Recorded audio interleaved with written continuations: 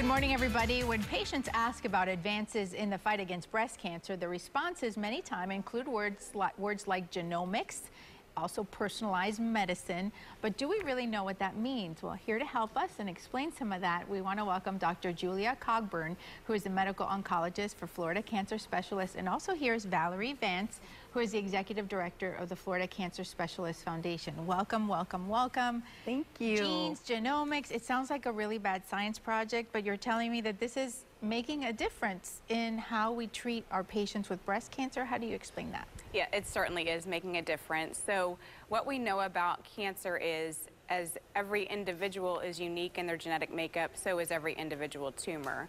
So for breast cancer, we're looking at the genetic makeup of individual tumors to see if we can find what genes might be driving the growth and spread of these tumors, so we can target that specific gene to shut down the pathway of growth and spread.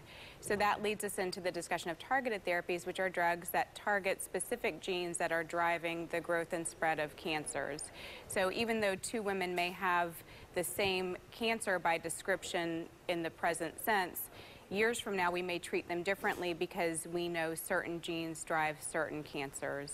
It's amazing how far we've come from the days of, okay, you have breast cancer, you're going to have the same treatment that 30 million other people have gotten. Yes. Wow. And so how is personalized medicine kind of changing the way that you treat patients? Well, you know, a lot of it involves clinical trials, which are critical to development of new drugs to treat cancer. You know, we hope that the drugs that are in clinical trial today will be the cures of tomorrow. So. Okay. And all of these advances that are being made, you know, I know that there's a great research story behind it, all the funding that was had to happen for the research study. And you all have a funny story about a local bride who took a bad situation and she said, I'm going to help raise money for breast cancer research. And you're calling it, what is it, 50 Shades of Pink? That is Explain correct. that to our viewers. Exactly. Well, a local resident, Barbara Long, contacted the foundation last year, and she had a canceled wedding, and she really wanted to turn a negative into a positive and give back to the community.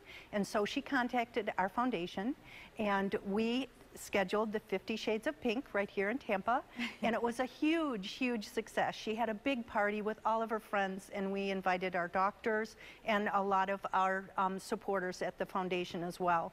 So we have the second annual 50 Shades of Pink, and it will be this October, and we're very, very excited about the event. Wow, so turning a negative situation into a positive, and now you're setting a tradition, which is great. Here's the information on your screen. If you would like to go to this very interesting and wonderful cause, 50 Shades of Pink. It's happening on October the 3rd.